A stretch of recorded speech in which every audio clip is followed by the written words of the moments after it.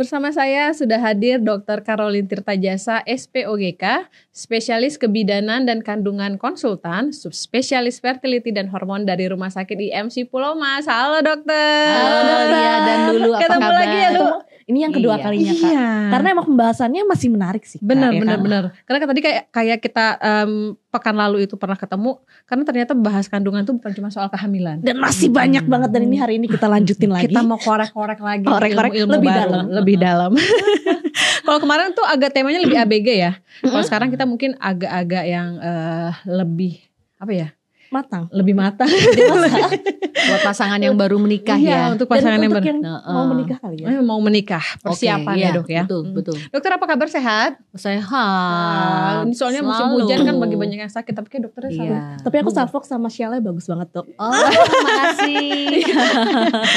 Dokter. Ini warna fertility loh. Oh gitu. Ijo itu adalah warna fertility, kesuburan. Oh. Iya, makanya saya seneng warna ijo. Pas banget temanya Oh, berarti iya, ya hari ini. Iya. Ya karena kita memang hari ini ngobrolinnya soal kesuburan ya lu. Mm-mm. Dan ini bukan cuma soal kesuburan wanita, tapi ada juga soal kesuburan pria. Karena selama ini Iya. kalau bicara kesuburan itu ya dok selalu identiknya wanita, dan wanita. Wanita yang Padahal- salah ya, wanita yang salah ibaratnya. Nah, Padahal- itu harus diluruskan. Nah, nanti Karena- dokter Caroline bakal ngelurusin gitu ya. Oke. Jadi soal kesuburan tuh pria juga punya peran gitu. Oh, harus. Mana bisa orang hamil istri sendirian kan nggak bisa. Iya. Iya. Oke dok, kita mulai aja ya. Ya. Dok, kayak tadi aku bilang selalu aja identik dengan wanita kalau kita bicara kesuburan gitu kan. Padahal sebenarnya ada juga pria gitu yang harus juga mengerti bahwa ya saya harus subur untuk bisa membuahi gitu kan. Sebenarnya apa sih dok yang menjadi faktor kesuburan seorang wanita dan pria, dan perbedaannya itu sejauh apa gitu? Jadi kalau kita ngomong tentang fertility, fertility ini kan tentang kesuburan, ya. Kesuburan itu ada kesuburan sang istri, kesuburan sang suami juga. Nah, suami istri harus bekerja sama dengan baik supaya menghasilkan keturunan. Yes. Nggak bisa suami aja atau istri aja, nggak bisa. Karena sekarang faktor penyebab pria tidak subur juga banyak banget. Tuh. Iya. Jadi kalau datang ke dokter kandungan ahli fertility seperti saya nih, contohnya, itu harus suami istri ya awalnya, senggangannya awalnya, supaya mengerti apa yang akan dijalani. Oke. Yang jelas, para suami juga harus cek sperma.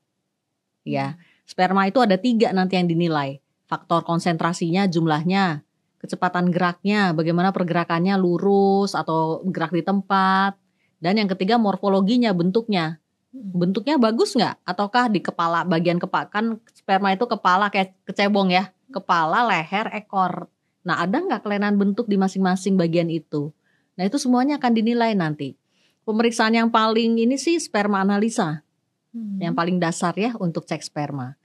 Jadi kan pernah tuh kalau di bahasa Inggris it takes two to play tango. Nggak bisa dong orang dansa cuma sendirian. Kalau dansa tango tuh mesti ada satu laki satu perempuan, ya. Nah sama, fertility juga kayak gitu. Jadi istrinya diberesin, suami juga harus ikut. Berdua. Nanti saatnya semuanya udah sama-sama beres, barulah bisa hamil. Jadi bukan hanya satu pihak doang ya dok ya? Iya, Kan nggak selama bisa. ini kan orang tuh sering beranggapannya, ya kamunya sih yang gak subur, aku mah. Saling nyalahin. Iya, ya. iya. Nggak bisa. Jadi kalau nggak hamil-hamil, jangan saling menyalahkan. Justru harus tetap kompak. Ya, karena kesatuan suami istri ini lebih penting. Ya, anak tidak akan hadir kalau suami istri tidak kompak. Apalagi udah salah-salahan, udah saling bete gitu kan. Susah dong. Gimana mau bekerja sama kalau udah saling bete? Ya. Tuh, tapi ada kayak harus dominan gak? Misalnya ya memang mungkin tingkat kesuburan laki-laki harus sekian persen, sementara wanitanya sekian persen untuk menghasilkan. Enggak, 50-50 sama. Oh harus. Iya, sama. 30% ya, itu pria dan wanita. Penyebab infertilitas dari faktor pria dan wanita itu sama komposisinya. Dok, kalau dari perempuan gimana dok untuk melihat masa suburnya wanita tuh kayak gimana sih? Atau mungkin bisa ngelihat juga gak sih, kan katanya bisa dilihat dari menstruasinya. Iya. Atau mungkin dari menstruasi yang gak lancar juga bisa dilihat nih, oh masa suburnya sekian-sekian gitu. Jadi kalau siklus menstruasi itu kita pernah bahas tuh di episode sebelumnya ya. itu antara 28 sampai 35 hari. Yes. Ya, jarak dari mens pertama bulan ini ke mens pertama bulan berikutnya. Ya, jadi siklus normal itu 28 sampai 35 hari.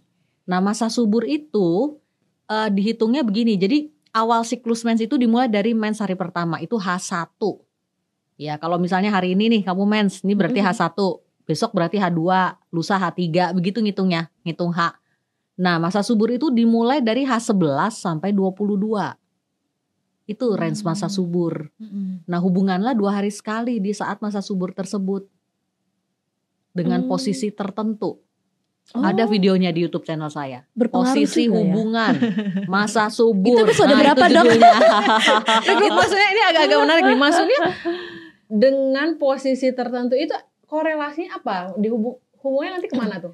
Sebetulnya sih tujuannya adalah untuk menahan sperma selama setengah jam di liang vagina yang langsung ke mulut rahim. Supaya dia nggak keluar buru-buru. Jelas ya? Jadi setelah hubungan kan keluar di dalam nih. Ya, pelan-pelan tuh ganjel bantal di bawah pantat sang istri. Kira-kira setengah jam cukup sebetulnya. Nggak usah naik-naik kaki segala macam, nggak usah. Ya. Nah, setelah itu setengah jam. Kita agak bengong ya tadi bilang nggak usah naik kaki, oke. Karena banyak tuh yang nanya, Dok mesti naik kaki nggak? Naik kaki ke atas tembok gitu maksudnya. Biar spermanya bisa masuk gitu ya, Dok? Iya, padahal nggak perlu, cukup ganjel bantal aja, bantal biasa aja. Ya, asal posisi bokong itu lebih tinggi daripada punggung. Setelah itu pertahankan posisi itu kira-kira setengah jam.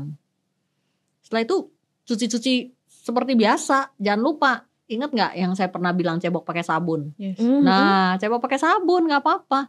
Asumsinya setelah udah lewat setengah jam itu sperma udah masuk ke dalam.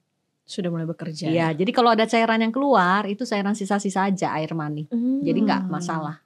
Oh, iya. Nah, Dok, tadi kan yang siklus menstruasi yang lancar. Kalau yang tidak lancar juga bisa dilihat, Dok. Nah, kalau suburnya. untuk siklus menstruasi yang tidak lancar, berarti kan siklusnya tidak 28 sampai 35 hari, tidak masuk range yang normal ya. Nah, itu agak sulit menghitung masa suburnya. Ya, misalnya mensnya 2 bulan sekali atau 3 bulan sekali, agak sulit memang menentukan masa suburnya. Makanya orang-orang yang mensnya tidak teratur, kita bilang itu juga agak sulit hamil. Karena belum tentu suburnya itu terjadi. Kita bilang subur itu kalau ada sel telur besar dan pecah di puncak masa subur, ovulasi namanya. Ya, kalau tidak ada sel telur yang besar dan pecah saat masa subur, ya berarti kan tidak ada sel telur yang bisa dibuahi sperma. Tidak terjadi masa subur itu. Kalau masa suburnya tidak terjadi, gimana mau hamil? Jadi kalau pria itu cuman hanya sebatas yang kayak tadi dokter bilang, sperma doang ya. Dan itu kita tahu yang bahwa ternyata sperma dia tuh nggak bagus gitu, Dok. Itu dari pemeriksaan sperma analisa tadi di laboratorium. Jumlahnya dan bentuknya itu tadi. Jumlah, kecepatan dari pergerakannya dan bentuk. Ada 3 komponen yang dinilai. Kalau dari kasat mata nggak bisa, Dok? Nggak bisa. Belum tentu sperma yang kental pasti lebih bagus daripada yang encer. Belum tentu. Katanya kan suka bilang gitu. Nah, tuh, Dok. itu mitos. Mitos, itu salah guys. satu mitos kesuburan tuh itu. Ya. Jadi bukan karena dia sperma saya kental tuh terus subur. Enggak. Gitu ya, Dok. Postur badan juga enggak ya. Jangan disangka para bapak-bapak yang badannya tegap, itu pasti spermanya bagus, tidak. Tidak juga, Dok. Karena kan juga. Katanya kalau sering olahraga Iya. membuktikan katanya Spermanya lebih bagus. kualitasnya Iya, lebih tapi bagus. jangan dibalik. Belum tentu kalau rajin olahraga pasti spermanya bagus, belum tentu. Iya. Biasa apa ya, Dok, yang menyebabkan pengaruh kesuburan seseorang tuh? Apakah dari makanan, gaya hidup, atau memang kayak genetik? Nah, penyebab seseorang subur atau tidak subur ya tergantung dari macam-macam faktor. Siklus hormon, ya. Kemudian faktor genetik juga berpengaruh. Adanya penyakit-penyakit penyerta misalnya yang kita udah bahas di siklus yang episode sebelumnya tuh seperti endometriosis, penyakit sakit kalau mens, atau PCO, polycystic ovary yang bikin mensnya nggak teratur dan siklusnya tidak ada ovulasinya, ya, atau tumor-tumor kandungan seperti miom, kista, polip, adenomiosis, itu juga menurunkan kesuburan seorang perempuan. Nah, kalau dari segi pria, ya, selain faktor yang tadi hormonal, genetik, ya, paparan polutan lingkungan juga penting. Kena rokok misalnya, ya, taruh laptop di deket alat kelamin. Itu kan polusi gelombang elektronik. Oh gitu. Laptop, handphone, itu polusi gelombang elektronik itu. Kadang tuh kalau sambil nyetir kan kayak handphone tuh suka ya. Ya makanya dipisah di tas, jangan taruh di kantong celana jangan, dipisah di tas yang lain Ini gitu. menarik, ini menarik. Dok, katanya juga Ya. kalau celananya ketat juga berpengaruh ya? Celana ketat itu sebetulnya hubungannya dengan suasana panas yang tertahan di area kelamin. Kalau untuk para laki-laki ya, karena kan organ kelamin laki-laki itu di luar. Jadi sensitif terhadap pengaruh faktor luar maksud saya. Ya, kalau dia kepanasan misalnya, ya tadi yang pakai celana ketat, ya, atau sering berendam air hangat misalnya atau air panas, ya, mateng itu telur. Tuh, Jadi teman-teman, langsung yang mati cowok-cowok spermanya. jangan sering berendam. Ingat ya, Nanti matang. berendamnya pakai air dingin aja. mateng. Dok, tapi itu kayaknya tadi agak menarik ya yang di poin ternyata alat elektronik itu punya pengaruh yang besar tahu. Oh iya, kamu Itu nggak untuk tahu ya, cowok-cewek. tuh? Betul. Polusi itu salah satu polutan lingkungan, gelombang elektronik itu. Makin canggih handphone, sinyalnya makin kuat, makin tinggi juga pengaruhnya ke organ-organ sekitar, ke sel-sel tubuh kita. Dan mungkin ini banyak yang orang belum sadari ya soal kesuburan ya dok ya. Iya. Karena- Makanya sekarang banyak orang yang tidak subur kan. Sekarang susah loh orang hamil. Faktornya Nggak tahu juga ya. karena itu juga ya dok. Pasangan zaman now itu lebih susah ya karena polutan lingkungan kita makin banyak. Dulu zaman tahun-tahun 70-80 kan gak ada handphone. Makanya Orang mah hamil gampang-gampang banget. banyak anak ya zaman dulu ya. Sekarang Iya, handphone masuk akal tiap ya. 3 Iya, bulan keluar yang baru, sinyalnya makin kuat. Belum lagi ngerokok. Nah, kita belum bahas tuh urusan rokok. Rokok itu juga salah satu polutan lingkungan yang sangat kuat. Pengaruhnya menurunkan kesuburan. Tapi gimana dok? Maksudnya Iya. kalau merokok tuh kan kayak kita hanya merokok ya, maksudnya tidak ada yang Mm-mm. secara langsung masuk. Nah itu kaitannya Loh, kemudian tapi kan polusi. asap rokok itu Oh. masuk ke paru-paru, Siap, oke. diserap itu. Ya, paru-paru itu kan banyak pembuluh darah yang menyerap tuh, termasuk nikotin, racun-racun yang dari rokok itu terserap beredar ke seluruh tubuh. Termasuk ke sel-sel benih. Kalau saya bilang sel benih itu berarti sel telur dari istri dan sel sperma dari suami. Nah, itu mempengaruhi kualitasnya dan dia bisa menimbulkan perubahan materi genetik di dalam sel benih. Harus diketahui benar ya, makanya pasien-pasien saya kalau lagi promil saya bilang jaga ya kesehatan sel benih masing-masing. Maksudnya jaga kesehatan sel telur istri dan sel sperma suami supaya kualitasnya KW1 prima. Kalau sperma dan sel telur yang saling membuahi kualitasnya oke, berarti produk konsepsinya si embrionya kualitasnya juga oke. Kalau dia implan tertanam berkembang menjadi bayi yang sehat, hamil 9 bulan yang lancar, melahirkan lancar itu. Tapi kalau salah satu jelek ya, istri udah berusaha jaga kesehatan, suami perokok berat misalnya, pulang baju bau rokok. Jangan sangka ya, rokok itu segitu-gitunya ya, sampai baju kita kalau bau rokok dan itu terhirup oleh pasangan kita, sudah berdampak ke kualitas sel benihnya dia.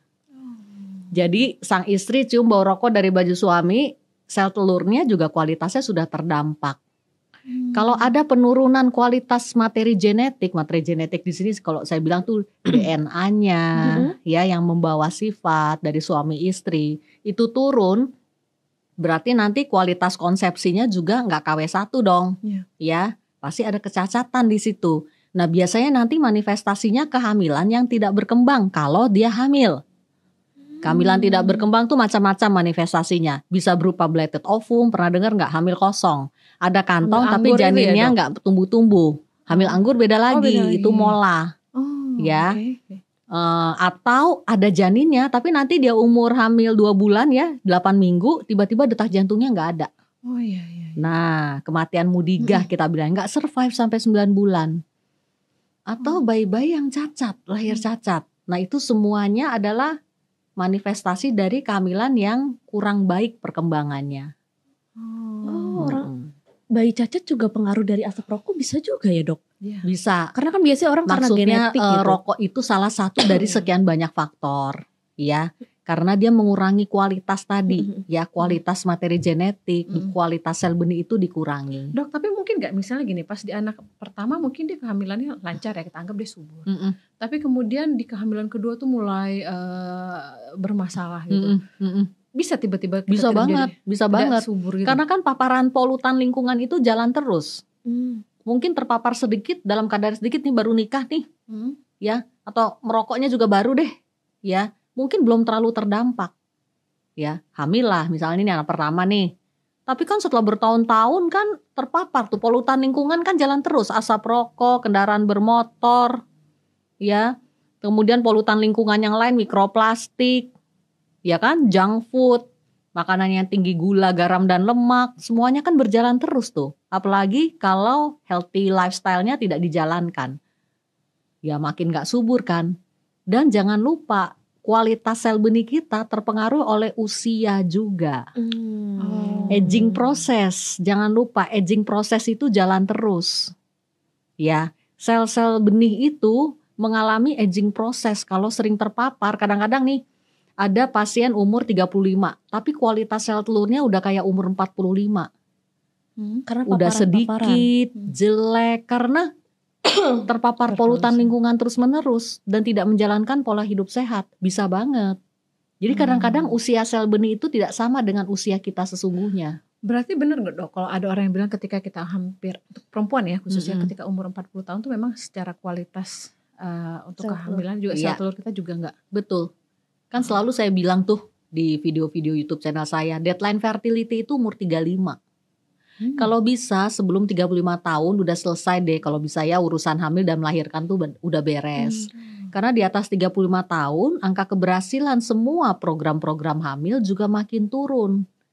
Makin tua akan makin turun, makin tua akan makin turun. Di atas 40 tahun grafik penurunannya lebih curam lagi. Semakin cepat nyungsepnya grafiknya. Jadi itu tadi terjadinya karena memang tingkat kesuburan kita sebagai perempuan menurun, atau karena memang menurun. Dan jangan lupa laki-laki? Perempuan itu kan punya cadangan sel telur kan.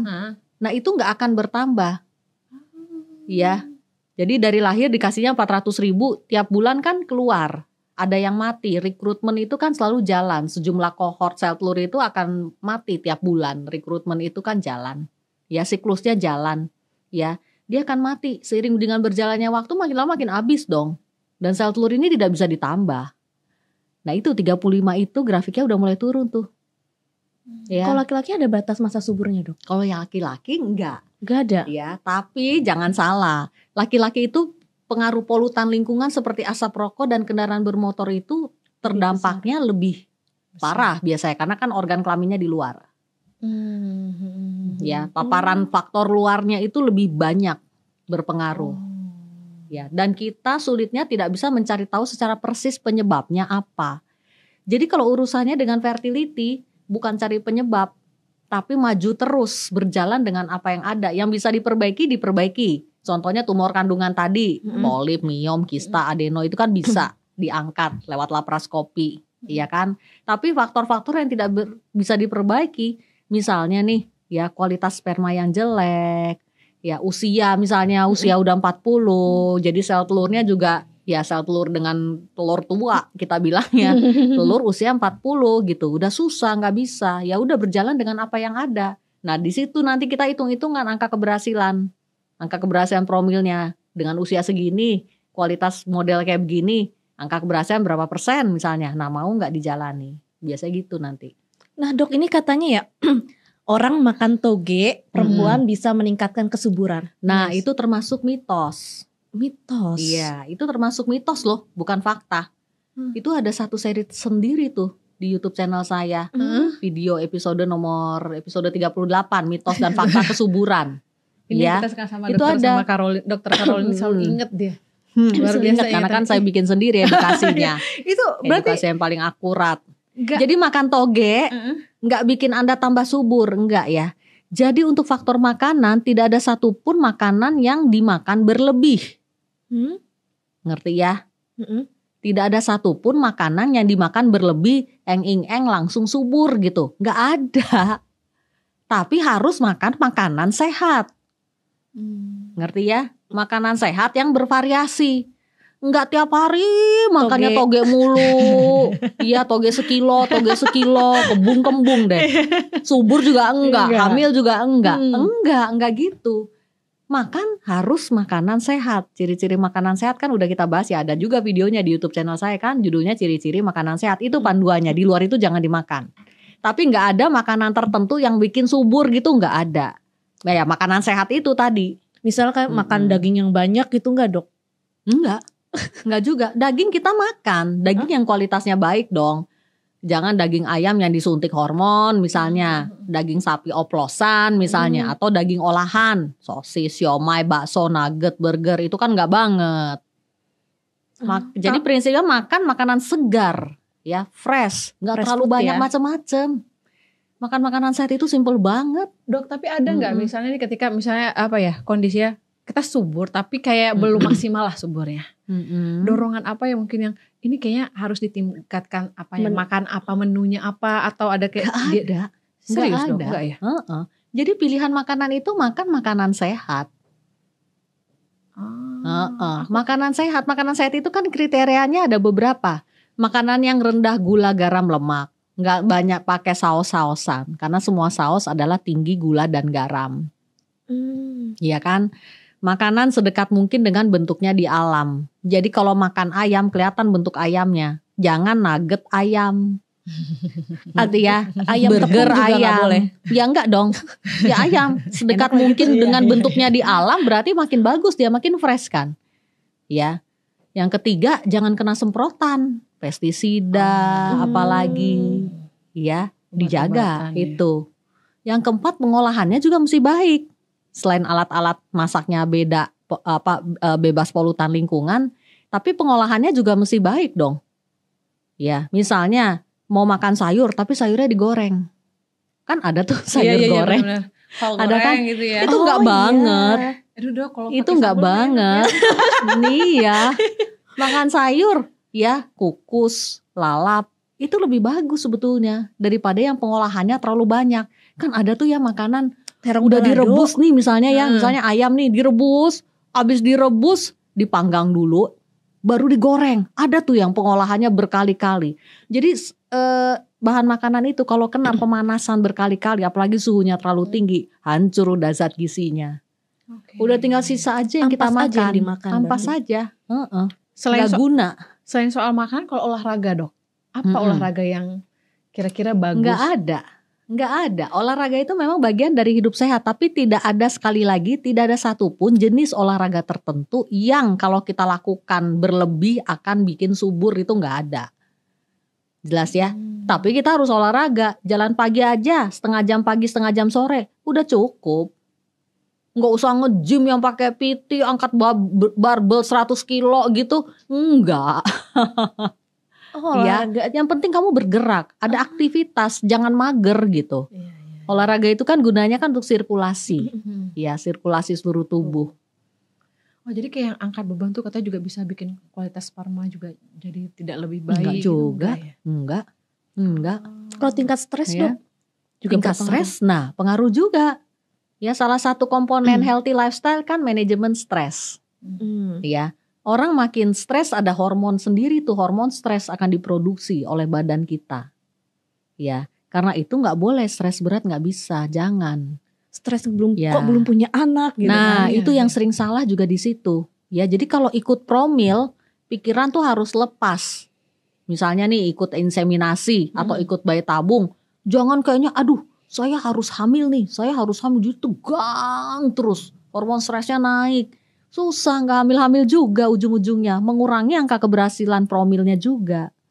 Jadi manajemen stres itu harus legowo orang bilang. Karena untuk fertility ya beda dengan kasus lain. Fertility itu adalah kasus yang paling sulit diprediksi akan berhasil atau tidak. Karena hasilnya itu tidak di tangan dokternya dan tidak di tangan pasiennya.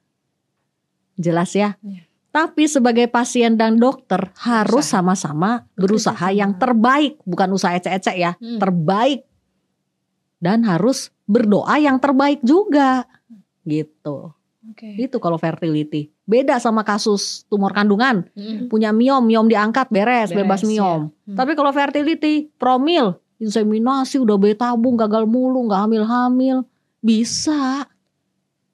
Dok, itu juga pengen nanya nih, jadi itu kenapa ya yang banyak kan orang bilang ya sudah mengusahakan bayi tabung dan inseminasi dan itu kan biayanya nggak sedikit ya. Itu peluang kegagalannya apa ya dok ya? Bukannya misalnya kan ketika dia secara berhubungan intim sudah selama ini orang mengasumsikan kalau sudah bayi tabung pasti hamil. Ya kan? Saringannya gitu. Nah, dok udah keluar 100 juta lebih masa nggak bisa hamil juga? Nah, dokternya paling jawabnya tanyalah pada rumput yang bergoyang. Karena kadang-kadang kita juga nggak tahu penyebabnya apa. Karena kan masalah kualitas atau implantasi tertanamnya si embrio di dinding dalam rahim itu tuh di luar kuasa kita sebagai manusia, tidak bisa diprediksi juga. Ya, ada yang kita sangka nih kayaknya mestinya hamil nih, nggak taunya dia nggak hamil. Ada yang kita sangka ini kayaknya sih susah nih hamilnya, tahu-tahu dia hamil gitu, bisa banget. Dan jangan salah ya, pemeriksaan dasar fertility itu HSG, sperma, hormon. Ada yang semuanya normal, tapi nggak hamil-hamil juga. Unexplained infertility atau infertilitas yang tidak terjelaskan. Itu satu judul sendiri di YouTube channel saya.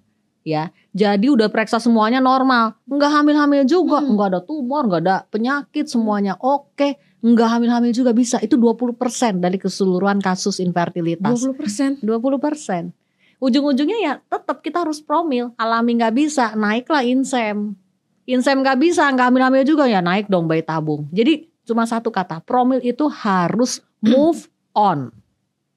Nggak bisa promil di satu promil yang sama, nggak hamil-hamil nguplek terus di situ, nggak bisa.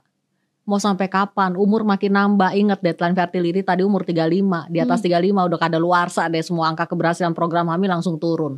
Sebagai gambaran, di bawah usia 35 tahun, angka keberhasilan bayi tabung itu masih sekitar 30-50%. Tank 35 tahun tinggal 30% pas. Nambah makin kurang tuh. Ya, 34%, 29%, lama-lama makin turun. Tank 40 turunnya lebih jeblok lagi tuh. Bisa antara 5-10%, apalagi kalau umurnya udah 42 tahun. Itu yang disebabkan, itu banyak dibilang sebagai kehamilan paling beresiko ya dok ya, di usia-usia seperti itu. Karena telurnya sudah sedikit ya, baik secara kualitas maupun kuantitas. Nah, kalaupun hamil, resiko untuk terjadinya hamil yang tidak berkembang tadi juga besar pada usia di atas 40 tahun. Oke. Sama-sama tarik napas nih. Dok, berebut nanya loh kita. Penasaran, saudaraku nih ada dok yang badannya ya obesitas lah gitu.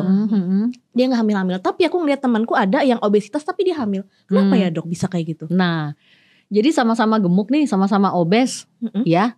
Hasil bisa beda. Karena apa? Karena manusia bukan robot. Ya, hormonalnya beda. Meskipun sama-sama gemuk nih, hormonnya beda. Genetiknya beda, gen-gennya juga beda. Beda juga hasilnya. Sama kayak ada dua orang nih sakit tipes, obat antibiotiknya kan sama tuh yang dikasih. Yang satu bisa hidup terus selamat, yang satu meninggal. Bisa banget. Ya. Sama juga kalau dibalik, kan sering tuh pasien saya, Pak, kan perokok berat nih. Pak, kalau bisa usahakan jangan ngerokok lagi, rokoknya di stop supaya kualitas spermanya lebih oke. Loh, tapi dok, tetangga saya ada tuh yang ngerokok sedus sehari, anaknya banyak. Ya, untuk laki aja kayak gitu ya dok ya. Jadi iya, jadi maksud saya nggak bisa kita menyamakan diri dengan orang lain. Ya nggak bisa, karena apa? Karena hormon sama genetik kita masing-masing tuh ada sendiri-sendiri. Bahkan kembar identik nih yang sama plak persis, itu nggak ada yang sama persis juga faktor hormonal dan genetiknya. Bisa, saya punya pasien kembar ya, perempuan nih sama-sama si istri. Yang satu hamilnya mah lancar-lancar aja, yang satu susah banget dibikin hamilnya, promil gagal mulu. Bisa, kembar identik tuh. Apalagi dua orang yang berbeda, mak bapaknya aja udah beda. Tapi obesitas itu juga berpengaruh gak sih dok? Oh, pengaruh banget. Itu judul sendiri lagi tuh YouTube channel saya. Pengaruh obesitas terhadap infertilitas. Di mana pengaruhnya? Nah, Obesitas itu kan berarti lemaknya banyak ya. Nah, lemak itu menghasilkan hormon leptin. Hormon ini bekerja bertentangan dengan hormon reproduksi. Ya, kamu perhatikan deh, orang yang gemuknya cepet dalam waktu 3 bulan mensnya langsung mampet. Langsung terhenti, telat mens. Ya, sangkanya hamil, padahal karena lemaknya kerjanya bertentangan dengan hormon reproduksi. Selain itu, pada orang-orang yang obes, resistensi insulinnya juga naik tuh. Ya, insulinnya udah mulai payah dia untuk menekan kadar gula yang tinggi. Ya, rata-rata orang yang gemuk kalau cek resistensi insulin, perbandingan antara glukosa puasa dibanding insulin puasa, itu tuh udah resistensi insulinnya udah positif, bakat ke arah sakit gula, ujung-ujungnya nanti ke sana. Makanya pasien-pasien yang obes itu susah hamil, ya. Pada umumnya, jangan dibalik ya. Dok, tetangga saya obes, anaknya 3, 4. Jangan dibalik. Sekali lagi, jangan nggak bisa membandingkan satu dengan yang lain, karena hormon dan genetik beda. Itu harus diingat. Berarti solusinya bisa disuruh untuk menurunkan berat badan ya, Dok? Oh ya, bisa. Contohnya pada pasien-pasien PCO itu juga rata-rata kan agak gemuk, ya. Ada juga sih PCO yang langsing ada, ya. Pasien-pasien PCO yang gemuk itu harus healthy lifestyle, kurangi gula, karbo, ya, olahraga lah. Kalau bisa capailah berat badan ideal. Baru bisa dia ikut promil. Iya. Bukan baru bisa ikut promil berjalan bersamaan. Oh, boleh bisa saling bersamaan. Iya ya? dong, kalau enggak keburu umur sampai berapa baru promilnya dimulai. Iya. Kalau dia jadi kurus, kalau enggak gimana? Gak hamil. Tadi kan dokter bilang kalau perempuan itu kan ada istilahnya endometriosis itu ya dok ya, yang kemarin penyakit itu. Nah kalau laki-laki ada nggak semacam penyakit itu juga yang juga mungkin mengganggu kesuburan dia? Kalau laki penyakitnya beda. Laki-laki itu penyakitnya beda. Misalnya testis yang nggak turun, andesensus testikuler, ya, atau testisnya itu terinfeksi, bisa bengkak gitu di area skrotum, ada infeksi di situ. Atau dulu-dulunya waktu dia kecil misalnya pernah kena penyakit mumps atau gondongan yang bengkok kita bilangnya di sini. Terus itu itu nanti ya setelah berapa tahun kemudian itu berpengaruh ke kualitas spermanya. Spermanya bisa sedikit atau gerakannya lemas atau yang tadi bentuk normalnya kurang. Tapi pengaruh, maksudnya hubungannya apa dok? Pengaruh. Karena infeksi itu kan virus, parotitis itu kan penyebabnya virus. Itu juga menginfeksi organ kelamin laki-laki. Ya, makanya kadang-kadang atau demam gitu ya, demam tinggi, panas kan ya, itu juga berpengaruh. Jadi kadang-kadang kalau buat laki-laki kok sperma saya jelek ya dok, padahal saya nggak ngerokok. Saya selalu pola hidup sehat, tapi kenapa sperma saya jelek? Kadang-kadang nggak bisa kita tahu penyebabnya apa, karena udah dari dia kecil itu apa sih yang terpapar waktu dia kecil, jatuh, penyakit panas, gondongan, ya segala macam tuh, suasana panas atau hangat misalnya di area kelamin, kan banyak tuh polutan lingkungan yang lain, laptop, yang tadi handphone, ya kadang-kadang kita nggak tahu. Ya udah berjalan dengan apa yang ada. Gimana caranya semaksimal mungkin kita bagusin. Yang udah di depan mata jelas-jelas jelek kayak rokok, asap kendaraan bermotor kan bisa di stop dong. Ya. Nah yang lain-lain diperbaiki. Minum vitamin, antioksidan, pola hidup sehat itu akan dipandu nanti dengan seorang SPOG konsultan fertility. Nah dok, ada gak sih metode pengobatan untuk menghadapi masalah kesuburan kayak inseminasi buatan atau mungkin terapi hormon dok? Nah, jadi program hamil itu mulai dari promil alami. Promil alami itu bukan suka-suka gue. Ya, promil alami itu kalau dengan dokter konsultan fertility, sel telur itu dibikin besar lewat proses yang namanya stimulasi ovarium. Ya, obat makan ya 5 hari untuk gedein telur. Nanti H11 lihat telurnya bagus nggak? Ya tergantung ukurannya, nanti biasanya disuruh. Nah nanti mulai hubungan besok ya Bu ya, 2 hari sekali. Mulai hubungan lusa deh kira-kira 2 hari sekali gitu. Itu promil alami, hubungan alami. Ya. Nah gak hamil-hamil juga naik level dong inseminasi. Inseminasi itu juga sebetulnya pembuahannya juga alami. Bedanya sel telurnya, sel spermanya itu dicuci. Ya sperma keluar lewat masturbasi, dicuci, dibersihkan. Ya, jadi yang dipilih yang geraknya cepat saja. Ya, nah itu dimasukkan ke dalam rahim istri pakai kateter kecil, itu inseminasi. Tapi selalu lewat stimulasi juga, istrinya juga distimulasi ovarium supaya sel telurnya banyak, lebih dari 1 kalau bisa yang besarnya. Lewat obat makan ataupun suntikan untuk stimulan ovariumnya. Ya, itu inseminasi. Bayi tabung, kalau misalnya nggak hamil juga pakai insem, mau coba bayi tabung. Kalau bayi tabung itu spermanya dikeluarkan, diambil, ya sel telurnya juga diambil. Dibuahinya di luar, di laboratorium bayi tabung. Jadilah embrio kan, ya. Embrio ini yang dimasukkan ke dalam rahim istri. Jelas ya? Oke, berarti si bayi tabung itu paling atas, paling tinggi paling kasta, atas, betul. Oke. Jadi harus ada 3 hal yang terjadi untuk terjadinya sebuah kehamilan. Ini agak teoritis ya, tapi masing-masing ada videonya kalau masih mau belajar ya. Karena dunia ini memang dunia yang very very complicated kalau fertility, ya. Ovulasi yang pertama. Ovulasi ini besarnya dan pecahnya sel telur saat masa subur. Tadi sepintas sudah saya jelaskan, ya. Yang kedua, fertilisasi. Fertilisasi ini sel telur yang tadi udah pecah dibuahilah oleh sperma. Pembuahan terjadi, jadilah embrio kecil. Itu fertilisasi. Udah jadi embrio kecil, yang berikutnya tahapannya adalah implantasi. Implan. Tertanamnya si embrio tadi di rongga dalam rahim dan berkembang menjadi bayi. 3 hal ini harus terjadi. Iya. Ngerti ya? Ketika kita memutuskan untuk di tahap kapan ya kita boleh mencoba tahap-tahapan ini? Ketika misalnya udah berapa tahun nih pernikahan? Jadi definisi infertilitas itu 1 tahun menikah nggak hamil, 1 tahun menikah dan hubungan teratur. Itu definisi infertilitas. 90% pasangan usia subur menikah dan hubungan teratur tanpa alat KB harusnya hamil dalam 1 tahun pernikahan. Jadi kalau udah 1 tahun menikah dan hubungan tanpa alat KB nggak hamil-hamil juga, itu Anda sudah masuk kriteria infertilitas, ya.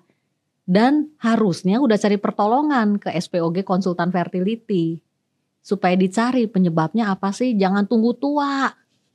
Ya, kalau udah keburu tua sekali lagi tadi udah makin kurang sel-sel benihnya. Nah terus dok, Ya. hubungan yang teratur itu berarti 2 hari sekali di H11 sampai 22 yang tadi saya bilang. Di saat masa subur hubunganlah 2 hari sekali, nggak perlu tiap hari. Misalnya Senin, Rebo, Jumat gitu, maksudnya 2 hari sekali. Jangan dipikirin lo jadi beban nanti.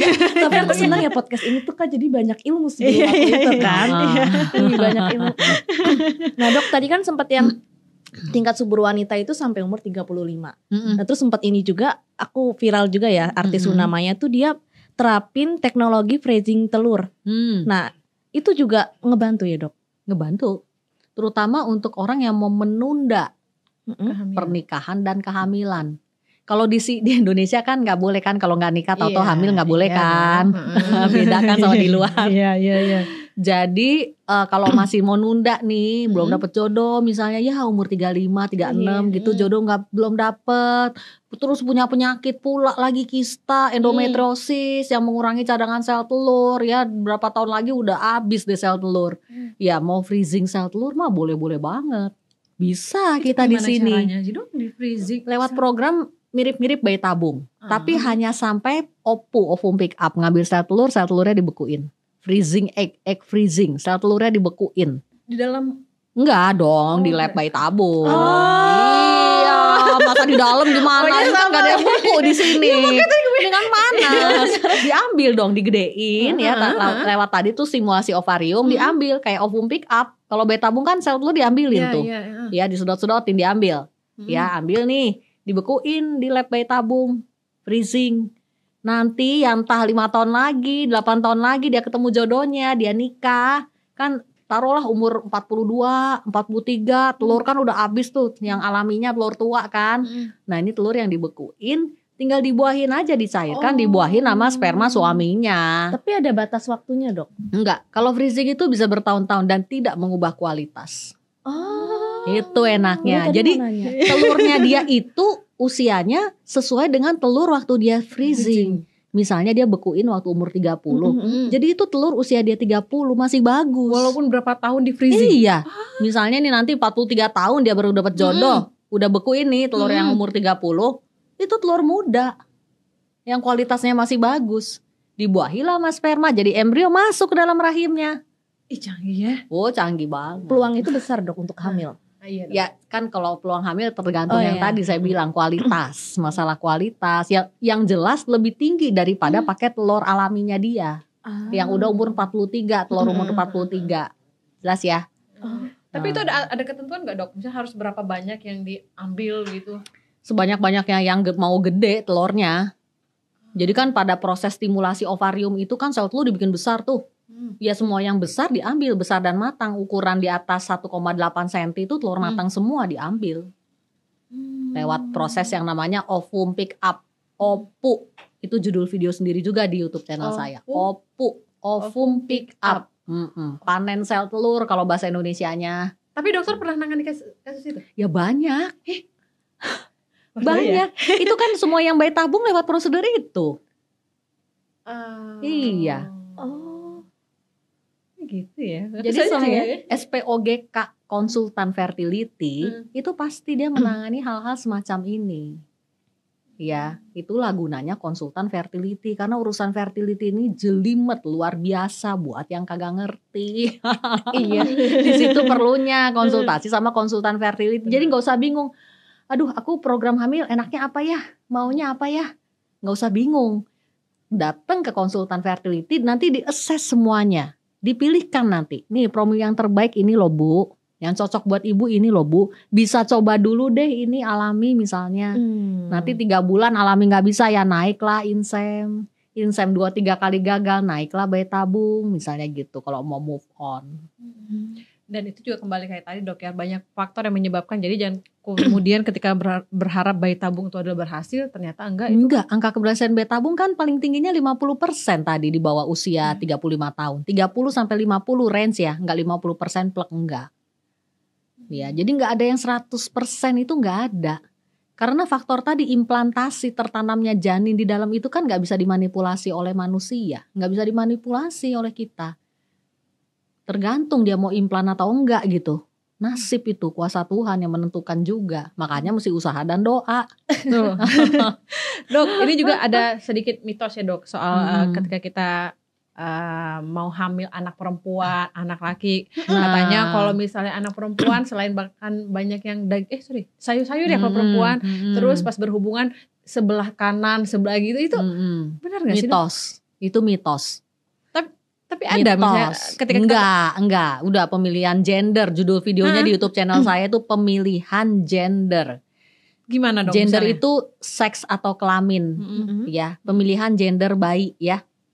Jadi yang menentukan bayi laki atau bayi perempuan jadinya nanti itu adalah jenis sperma yang membuahi sel telur. Kalau spermanya jenis X berarti jadinya anak perempuan. Kalau spermanya jenis Y jadinya anak laki. Nah, jenis ini udah dari sononya. Ya, nggak bisa dimanipulasi. Oh, nanti kalau saya makan daging mulu gitu, berarti nanti sperma lakinya banyak. Enggak, itu mitos ya. Ya, makan sayur mulu, nanti sperma perempuannya yang banyak. Itu mitos juga. Apalagi pakai acara miring kiri miring kanan mau ngapain sakit. Dok, tapi kalau seandainya aku kan punya anak kembar ya, itu bisa diprogram juga atau udah dari sananya? Jadi begini ya, anak kembar itu bukan menjadi tujuan dari program hamil, enggak. Karena hamil kembar itu membawa resiko tersendiri juga. Lahir prematur antara lain itu nomor 1 yang paling kita takutkan pada hamil kembar ya. Lahir prematur, resiko untuk kena preeklamsi atau diabetes dalam kehamilan itu lebih tinggi pada anak-anak bayi-bayi yang kembar. Ya, karena itu kembar bukan menjadi tujuan, tapi kembar itu sebetulnya efek samping dari program hamil. Ya, karena semua program hamil kan tadi yang saya bilang sel telur dibikin besar kan? Ya, kadang-kadang tuh pasti lebih dari 1 telur kan yang besar. Bisa 2, bisa 3, ya, bisa 5. Kadang-kadang kalau bayi tabung bisa lebih tuh, bisa 20, 30 kalau pasien-pasien PCO telur besarnya. Ya. Nah, kalau semuanya terbuahi dan semuanya implan, kembar kan jadinya. Ya enggak? Nah, makin tinggi kembarnya makin repot. Taruh kalau cuma kembar 2. Kembar 3 udah lebih nambah faktor resiko lagi, apalagi 3 ke atas. Iya dong. Ya. Pasien saya waktu tahun 2011 ya, pasien saya ada yang saya inseminasi hamilnya kembar 3. Kita bilangnya triplet. 2 laki 1 perempuan. Ya, happy banget kita Lucu waktu banget. itu. 2011 ya, udah lama ya itu kejadian ya. Ya itu hamil kembar. Tapi kembar itu tidak menjadi tujuan. Ya, tapi bisa terjadi dan sering terjadi pada semua program hamil. Tapi begini ya, jangan dibalik ya, jangan disangka oh kalau telurnya banyak nanti pasti kembar gitu. Pokoknya kalau di dunia kedokteran tuh nggak ada yang pasti itu nggak ada. Ya, ada tuh pasien insem misalnya ya, telur yang gedenya ada 5 nih, spermanya kan masuk ya. Kita nggak tahu masalahnya kalau pada pembuahan alami itu sperma itu bisa ketemu nggak dengan sel telurnya. Setelah ketemu pun bisa nggak itu sperma membuahi sel telur. Setelah terbuahi pun bisa nggak dia masuk lagi balik ke rongga dalam rahim dan tertanam tadi implantasi. Itu kita nggak ada yang tahu. Kita taunya di akhir 2 minggu lagi tuh dari insem. Kalau dia berhasil dia telat mens, spek tesnya positif. Tapi kalau gagal ya head lagi, mens lagi. Cuma itu aja tau dari penyebabnya apa ya dok? Insem saya gagal padahal telurnya 5. Nggak tahu ngomong jujurnya. Karena semua proses itu kan gak ada yang ngeliatin. Gimana caranya ngeliat? Gak ada. Di dalam perut semua. Makanya banyak yang bilang kehamilan itu adalah campur tangan Tuhan tuh luar biasa di situ. Iya memang. Bener, tapi ya, kan Tuhan juga bisa campur tangan kalau kamu cuma diem-diem aja di rumah. Usaha juga Iya tetap kan? penting ya dok ya. Dok, Dok di sini kita ada teman-teman juga nih. Mumpung ada teman-teman pria, mungkin ada yang pengen tanya soal kesuburan gak ya? Ada. Oke nih dok. Mau nanya apa nih? Mau tes jangan-jangan. Dok, ada 2 pertanyaan dok. Iya. Ya, tadi menarik pas Dok, boleh sambil minum, Dok? Iya, makasih. bilang tentang masturbasi. Yang pertama, apakah masturbasi yang dilakukan pria atau wanita itu mempengaruhi kesuburan? Pertanyaan yang pertama. Yang kedua, tentang pengobatan kesuburan tadi, infertilitas tadi, apakah obat tradisional seperti jamu gitu tuh cukup mempengaruhi atau tidak sama sekali atau bagaimana? Oke, itu ya Mas ya. Jadi urusan masturbasi kalau itu dilakukannya bersih ya, bukan dengan tangan yang kotor dan sesudahnya dibersihkan, harusnya tidak berdampak ke kesuburan. Ya, harusnya tidak. Secara teorinya tidak tuh Mas. Ya, untuk masturbasi tadi. Kecuali masturbasi sampai luka, lecet, terinfeksi bakteri, bengkak misalnya, sampai saluran telurnya tersumbat misalnya, atau sampai testisnya bengkak. Nah, itu pengaruh. Gitu. Jelas ya? Nah, itu udah saya jawab. Jadi ya yang pertama. Yang keluar itu gak ada ngaruhnya untuk kesuburan ya?